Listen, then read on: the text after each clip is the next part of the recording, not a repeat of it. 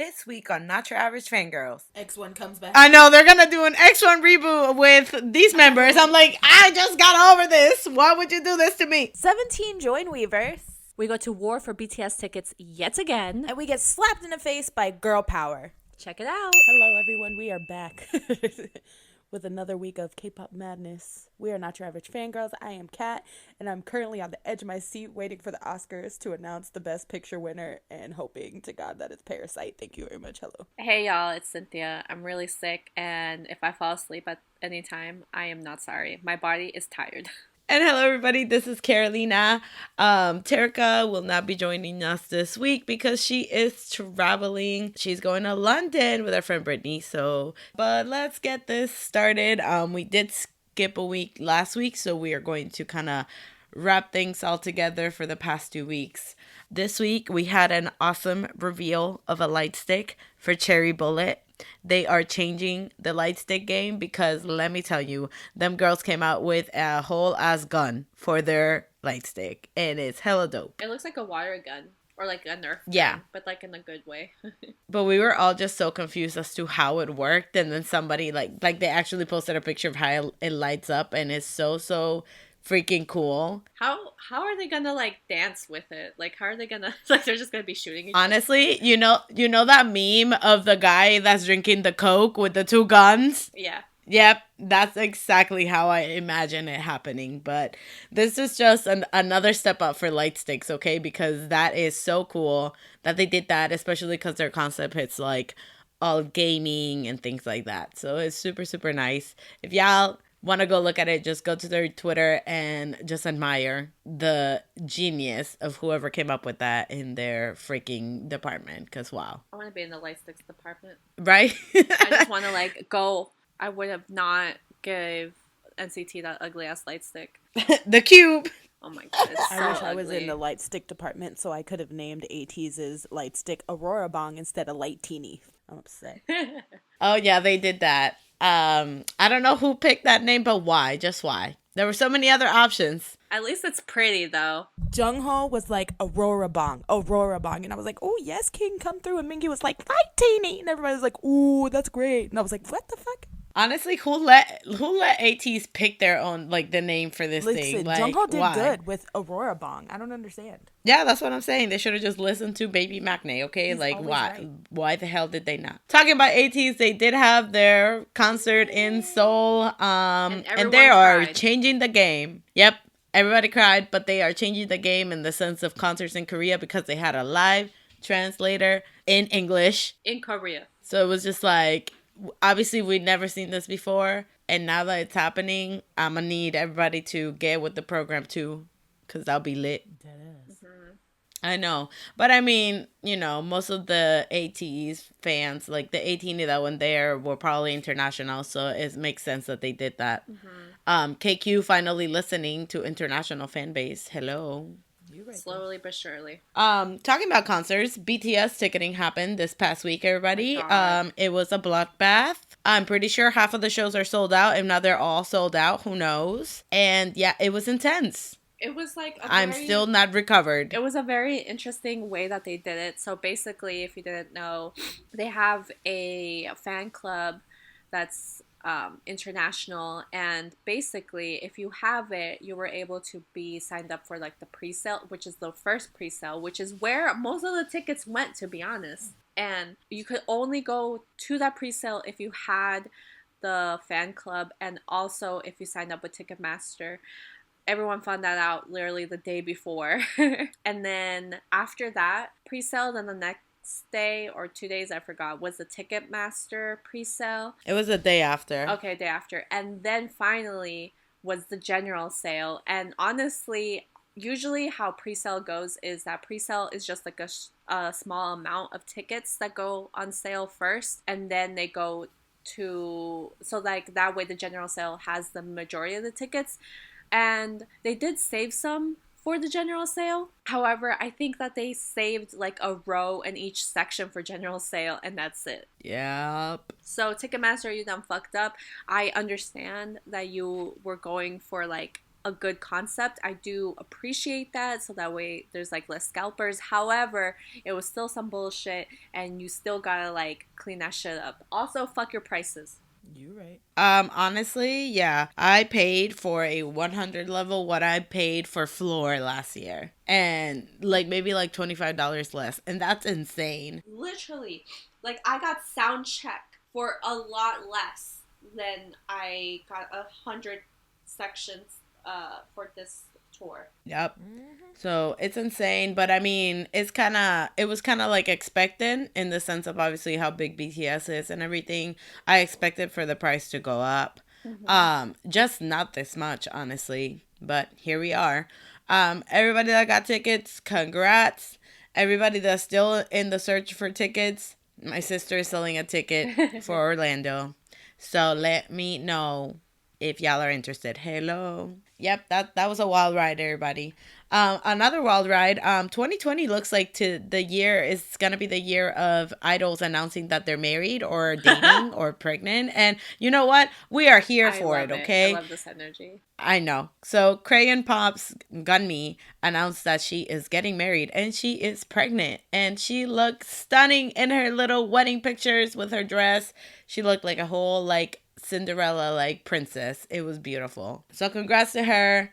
And any other idols that want to come forward and say that they're dating, we are welcoming this energy for 2020. Thank you. Please just send a mass email. Just tell us. I just want to know the chisme. Like, I wish the best for you. I just want to know. I'm nosy. The energy that we do not want, though, this year is people canceling shows, even though if it is for safety, I get it. But 17 did cancel their rest of their world tour in Europe, as well as I think a couple other Asian countries. Not And Japan, though. I'm just confused. Yes, exactly. I'm confused because this is all due to the coronavirus. And I understand like idol safety comes first and blah, blah, blah, blah. Which is why a lot of events out in Korea and like other Asian countries have been canceled. But I don't understand why their schedules for Japan are still going on, but their European tour dates were canceled because Europe only has like 4 cases of this virus, but Japan had way more. So Japan had more confirmed cases in one day than the UK did in all of its countries in this entire time span. Like, to put that into perspective, I'm glad that they canceled this for 17's safety.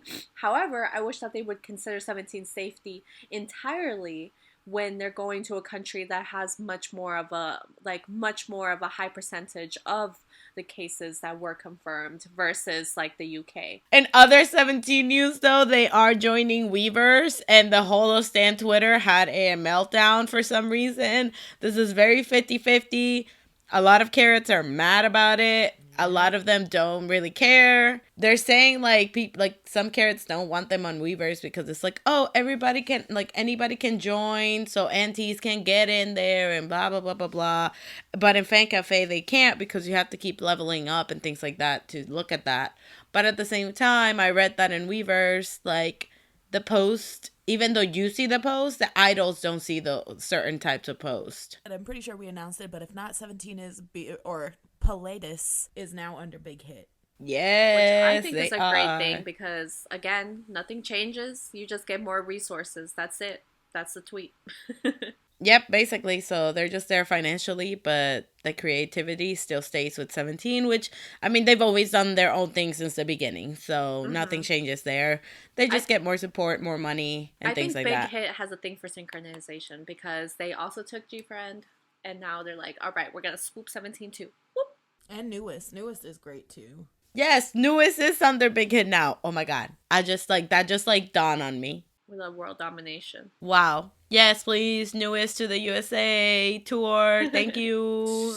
I want to see Becco. So, honestly, with me, I'm okay with them being on Weavers.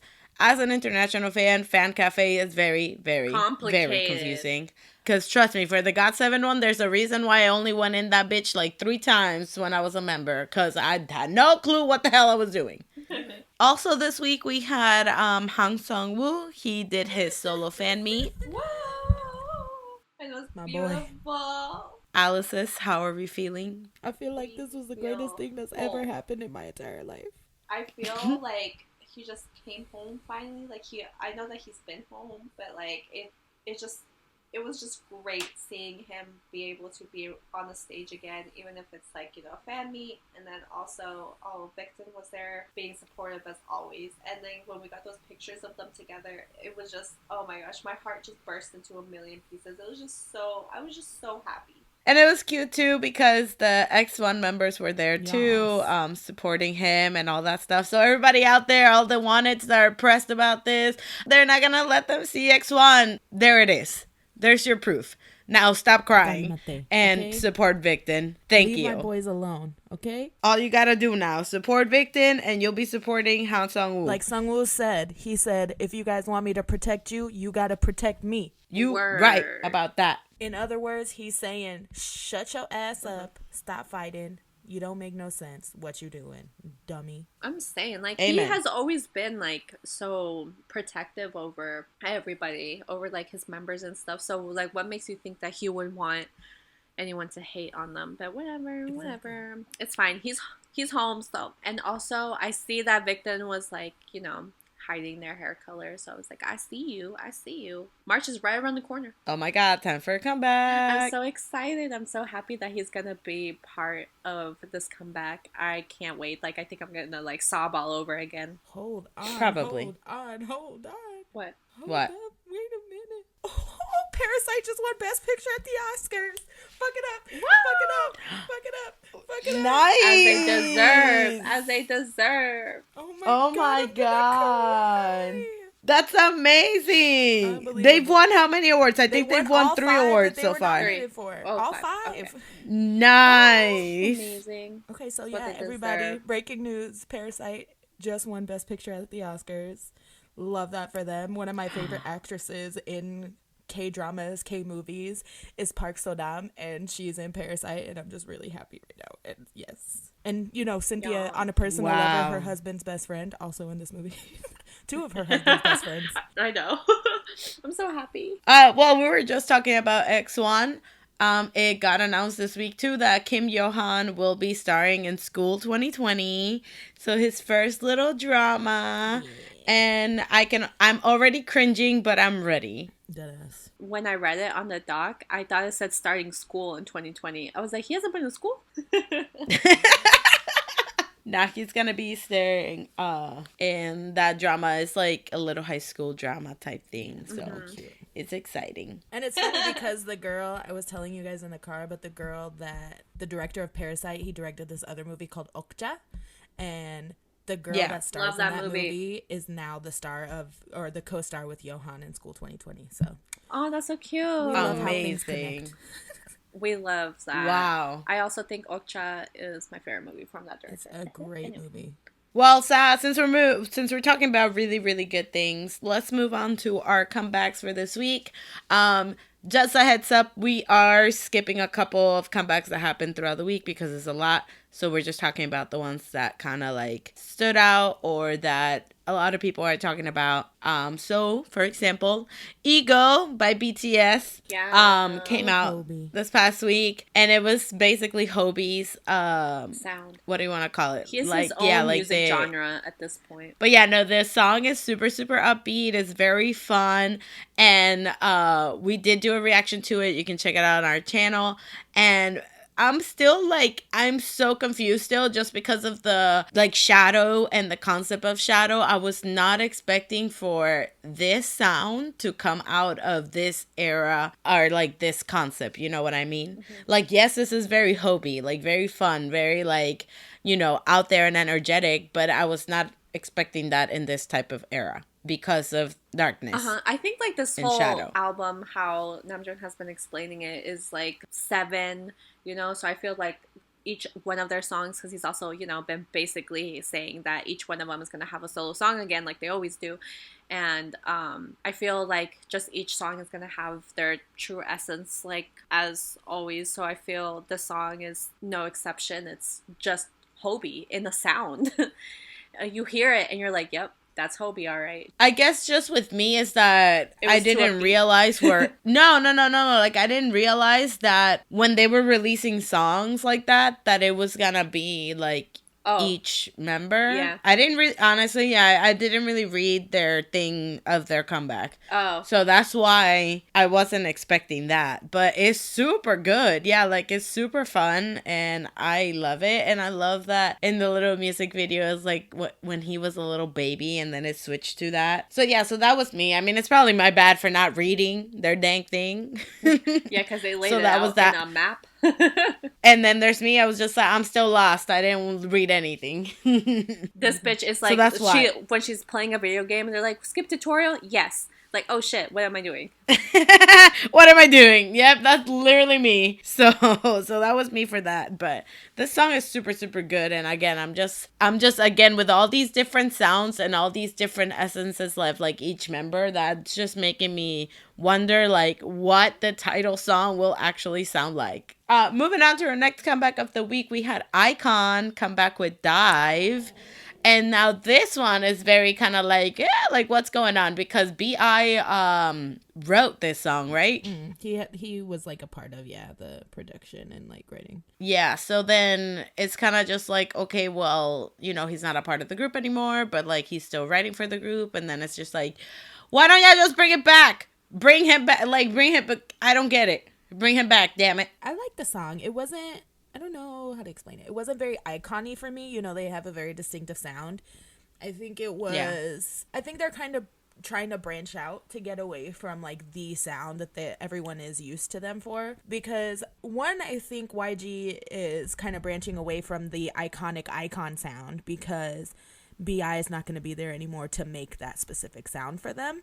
That's their own fault. Literally. Two, you're right. I think YG is trying to make sure that people, the new iKon or the way iKon is right now is put in people's brain as something different than what iKon was with B.I. Because regardless of like what we think or what fans think, like to a lot of the Korean public that aren't iconics, and to YG, what fucking B.I. did was like terrible. Oh my God, shun, hate him.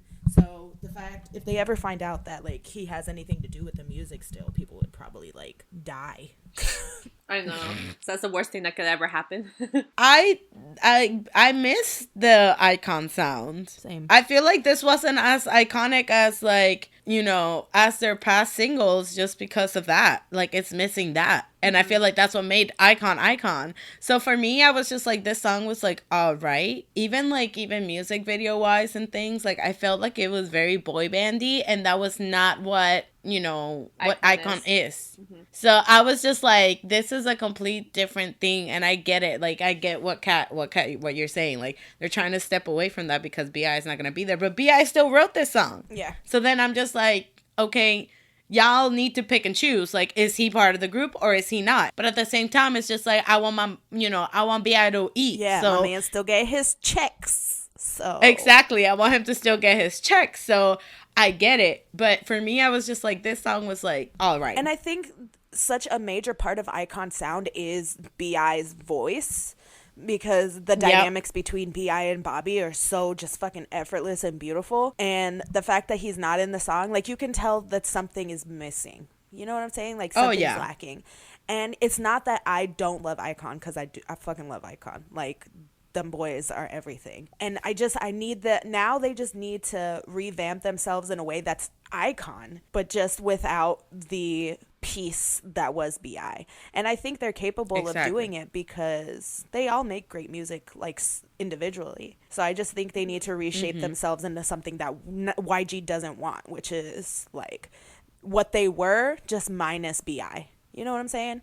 There's a way that they can do that. It's like with Winner, like when Taemin left, like they lost that Winner-esque sound that they started with, and now but they found a new Winner sound, and that's what iKon needs to do. And it's gonna take a little bit because the couple of songs that Winner released, they had a confusing period for themselves as well. So I think it's all about finding like that balance, and the music video was okay. Yeah, I agree with what you said, that it was very like boy bandish. and that's just not what iKon is whatsoever.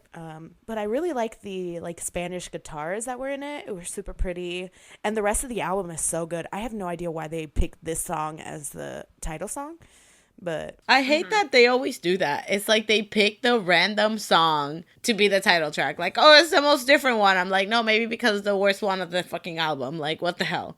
Like, maybe pick something else. Like, something else could have been way better.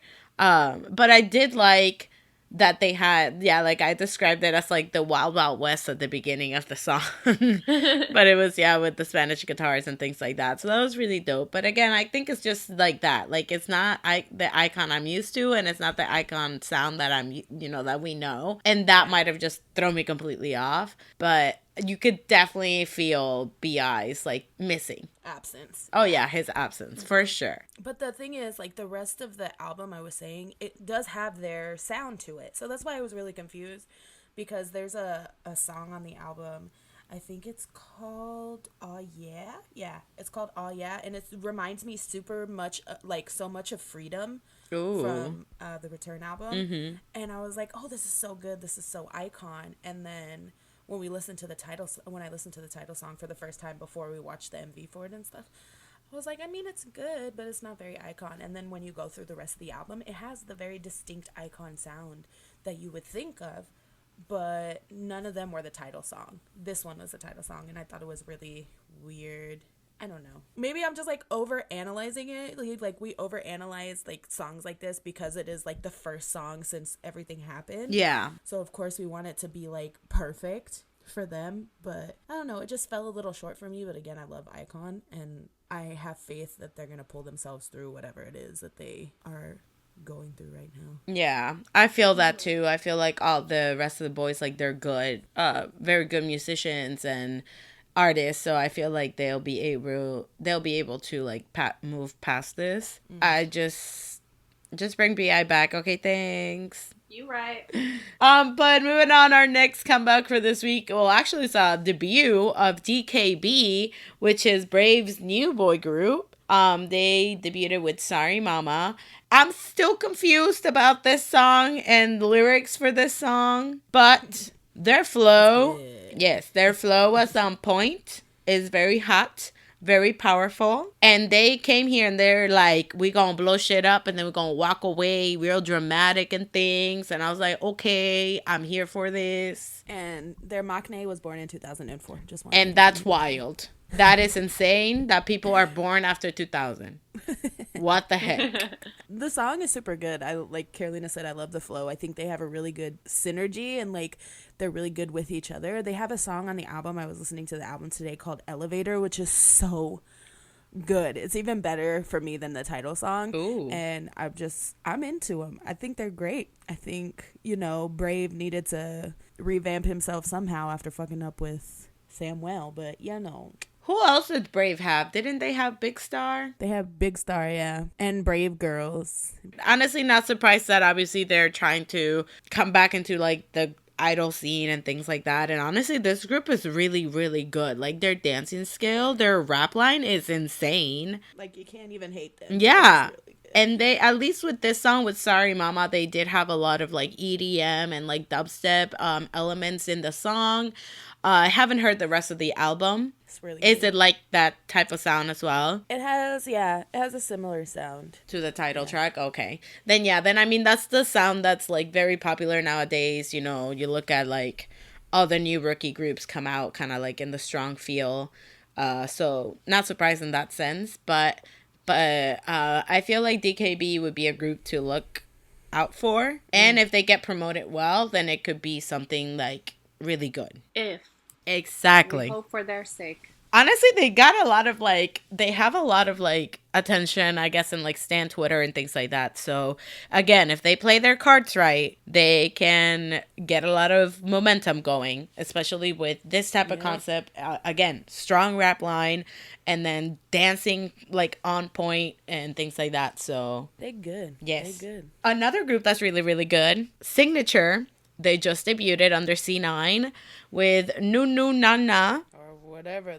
Listen, I don't know. I'm probably butchering it, but I just want to say that basically this is Good Day and the group Good Day, and they got a rebranding. Not all the girls from Good Day are in it, but Baby G-Woon is in this, and if y'all watch the unit, you know. Oh my God. I'm so happy. She's adorable still. It's amazing. At first, this song really confused me because at the beginning, I thought it was going to be like a girl crushy vibe because the beginning of the song is kind of hardcore. And then it turned into cuteness. And I was just like, what? Huh? What? Yes, they did like it's like super cute, but like the outfits give you that girl crush vibe. But then they're like back to being super cute. But then it's like the breakdown in there when they're dancing in those stairs, and it's like, oh yeah, I'm hot. And then you're just like, okay, y'all giving me two different vibes in one, and I don't know what's going on. But the song is really, really catchy. And I just love that Good Day had a rebranding. And they're really cute. Yeah. So cute. And I like the video in the set. We did react to it, so that'll be up on our channel soon. And I love the video and how they had like the different like little rooms, the sets, like the different sets that they had. They were really, really cool. I did like the set designs, yes. That's what I meant, set designs. Thank you. Carolina's like, oh my God, yes, all my girls from the unit. Yes! And it was funny because Carolina didn't even realize. And then I saw Jiwoo and then I saw Lucky and I was like, wait a minute. It's like I thought it was gonna be like a brand new group, and it didn't. I didn't put two and two together, and then when Kat was just like, "Wait a second, that's you," I was like, "Oh, it is!" Like, it took me a hot minute, but go check out Cignature if you didn't. Their sound is really, really nice, and I feel like they have a good balance in the whole cute versus girl crush department, and I feel like they played, they did it really, really well. They were adorable, and I was living for them. I was like, yes, kill me. Okay, well, for our next comeback, we have OnlyOneOf. They came back with dOra maar, and honestly, they said we going sexy, but we going like chill sexy, but we still going sexy. The thing is, OnlyOneOf, their concepts have always been on the more sexy, sensual side, I guess. Like, it's always been more like sexy and like, gentlemanly, mannish, like manly concepts. But this one, I'm so upset that there's not a music video for it. It makes me so sad. But since it was only a digital single release, they didn't do a music video for it. But the stages is just, I was just like, wow, okay. Okay, kill me. How old are these boys again? They're our age. They're our age, and I think their youngest is 99. Oh, that's right. Yes, I remember talking about this because we were shook watching that like live performance. Live stage. Yeah, the live stage. Like, my boys. And like their dancing is like so like sensual and slow, but so precise. And I was just like, what the hell is going on? Vocals, rapping, dancing, yes. Mr. 9, okay? I don't know what it is with men in K-pop named after numbers, but he needs to calm down, okay? I'm gonna need him and 10 to get together. 9 and 10. Yes. A duo. Yes. But I don't know what it is about guys named after numbers in K-pop, but y'all just need to like knock it off. Just stop. Calm down, please. Honestly, that's another group that is like very underrated, but their music's always been good. Like anytime that we've talked about them, their stuff has always been Snaps good. and claps, you right. Mm-hmm. Stan OnlyOneOf, everybody. They're great and they're hilarious. Thank you for your time. Ooh, we love funny, sexy kings. The next comeback we're going to talk about, LOONA. Yes! Has come back with So What? Boy, oh boy, was I shook. My funny, sexy queens. You ready? Choo! Oh my God, she didn't scream Choo. I freaking love Choo. Stop. I was getting to it, okay? But LOONA came back with So What? This is a very, very different concept from their past songs. It's a very strong concept. It's more of like, I'm a bad bitch. Like, I'm fearless and bad, and so what? You gotta just deal with it. I'm here to live my best life. And I was just like, you're right, LOONA. Like, I am here supporting this. Their music video is beautiful. It's so like they included diversity and like strong dancing points and strong looks and like outfits on point. And I love that this music video too like showcases their dancing so much. and so well. Yeah, if y'all ain't standing LOONA, like, what y'all doing? What y'all doing? Even seeing them dance like this, like, I was just like, it's so different from like their past like songs, because their past songs, like, their dancing is more on the delicate side. It's also very precise and very like out there, but this is like, again, it's in your face. So good. And Chu looks so cute, even though she's trying to be like, I'm bad bitch. I'm like, no, you cutie pie. I love her so much. She looks so cute. Can LOONA please tour already? I need it. So I love that they're doing concepts like this though. And Lee Soo-man from SM's father, he did have some production credit on the song, or he produced the whole song. I don't remember. But I love that a company like SM was just like, LOONA, yes, we're gonna get on that, because they deserve it.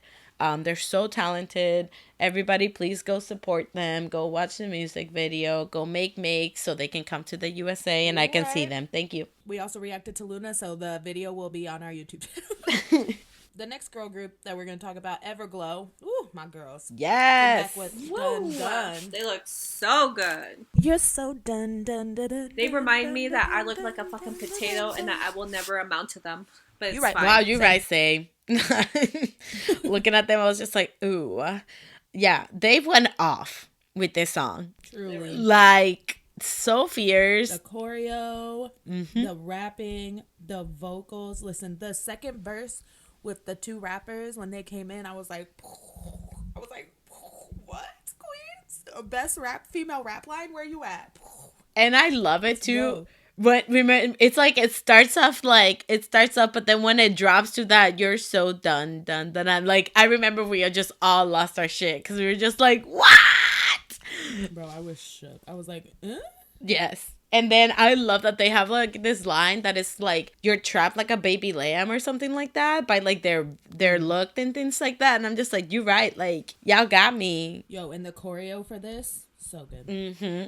I'm telling you, they went off with this song, and they're not here to play. They were just like, we're gonna dominate all of this real quick. Literally. And y'all can do anything about it. They really just killed it. It was wild. And also the girl, what's her name, Kat? The one with the glittery dress. Aisha. Oh, yes. Ooh, hoo, hoo. She a bad bitch.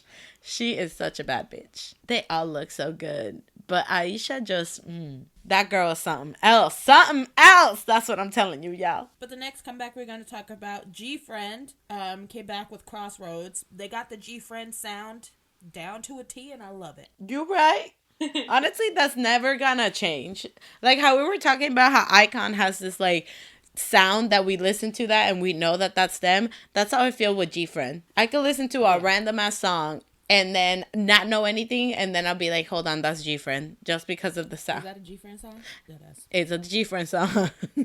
But it's super dramatic. Yeah, the music video is like, I was like, what? It's a roller coaster, this music video. I'm still confused about it. And again, I feel like everything was just like a fever dream or something, because it was like one moment they're crying, the other one they're like laughing and like holding hands and running into the like sunset, and then the next is like breaking things. And I'm just like, what's going on? Like, what's the truth, GFRIEND? What is the truth? What is this? Oh my god, maybe that's why it's called Crossroads. It's so good. Carolina's like questioning her life. Just because of GFRIEND, yeah. Like, I don't know what's going on. Like, but the album's really good too. They have a song I like on there called Eclipse. Yes. ooh. I feel like this song though, like it did have like, when we were watching the music video, it had like this little like intro thing. So I thought it was gonna be, it was like way softer than I thought it was. Not softer, but like slower. I thought it was gonna be more like upbeat, kind of not like upbeat, but like a stronger side. And then I was just like, why am I expecting that? Like, it's GFRIEND. They're gonna do something very dramatic and very like. I say they make anime music. You're right. 100%. It's true. And I mean, with these types of storylines that I'm still confused on, like, heck yeah, it's an anime all by itself. Yep, literally. Also, synchronization queens, let's go. Heck yeah. We love a big hit group. Yeah. Oh, damn, man.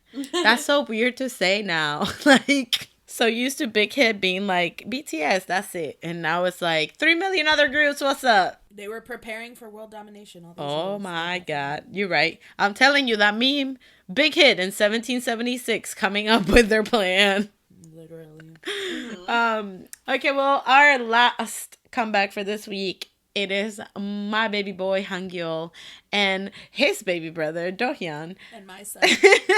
and our son Dohyun. H&D, they came out with a song called Toward Tomorrow, and you guessed it, it is a fan song, and it's beautiful, but it's also very sad. It's emotional. It's very Their emotional. voices good as fuck together though. Yep. As expected. Mm-hmm. So MBK better not fuck up with them, or I'm gonna be really upset. I feel like MBK is out here throwing every little piece of coin that they had on Hangul and Dohyun, and they're That they had, not have had. But I think they're doing, at least so far, I think they're doing really well. Like, they did the fan meet, they still say all the stuff about X1, and, you know, they still call, you know, the want it. So, like, they still answer to that instead of ignoring want it's and things like that. And now we actually found out that Hangul and Dohyun are gonna be on, I think, Inkigayo. So they're gonna be performing. Yes.